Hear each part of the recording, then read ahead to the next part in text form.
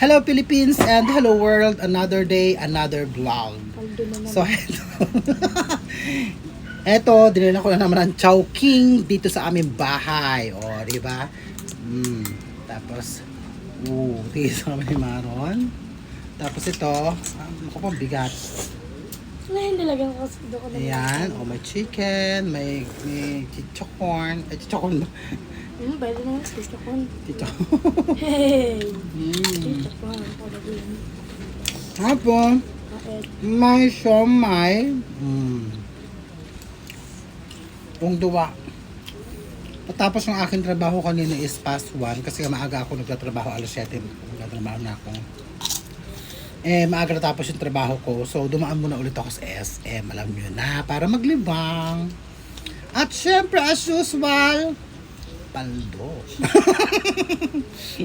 Meron.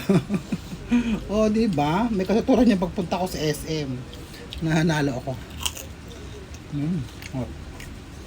Nalo ako ng 2K. Diba? Yung 1.5, tatabi ko. Tapos yung 500, kain namin ni Maron. Diyos ko, 500. Isang kainan. Diba, paldo naman. Hindi naman yung kinita ko sa akin pagkatrabaho ang ginamit ko. Pag nagpupunta kasi ako sa SM, meron na akong daladalang Tokensung. Yun yung puhunan ko. Pag umuwi kasi ako, nagtatabi ako ng Tokensung. Para kinaumagahan, may panlaro ulit ako para hindi na ako bumili ng Tokensung. Isa din yun. Awa ng Diyos na nanalo ako, yes. Diba?